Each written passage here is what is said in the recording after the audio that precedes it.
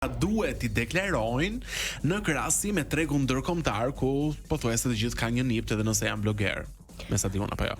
Po, shumica dhe jashtë, ka dhe jashtë që funksionojnë në të zezë. Por shumica VIP-a shqiptar punojnë në të zezë, dua titull këtë.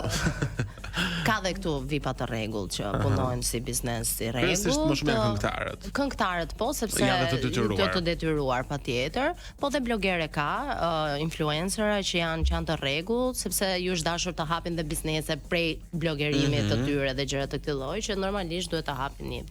Unë mendoj se në Shqipëri ne duhet të fillojmë mos kemi kaq frikë nga rregullat, sepse jashtë për shembull shumë artistë, sidomos artistët më të famshëm, janë të regjistruar si biznes.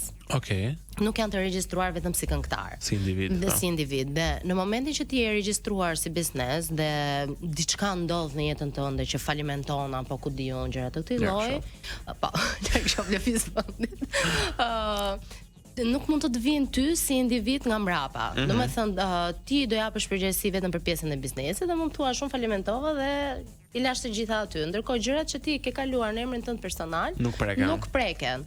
Kështu që një strategji ligjore ndodhe këtu besoj kam shumë nëse e ke. Domethënë dhe në Shqipëri duhet të jetë pak a shumë e njëjta gjë, edhe prandaj them që artistët, njerëzit e showbizit të medias nuk duhet të jenë kaq të trembur nga ligjet, se ne dim që ligjet janë bërë për të thyer, po duhet të njohësh ligjet shumë mirë që të mund t'i thyesh mirë.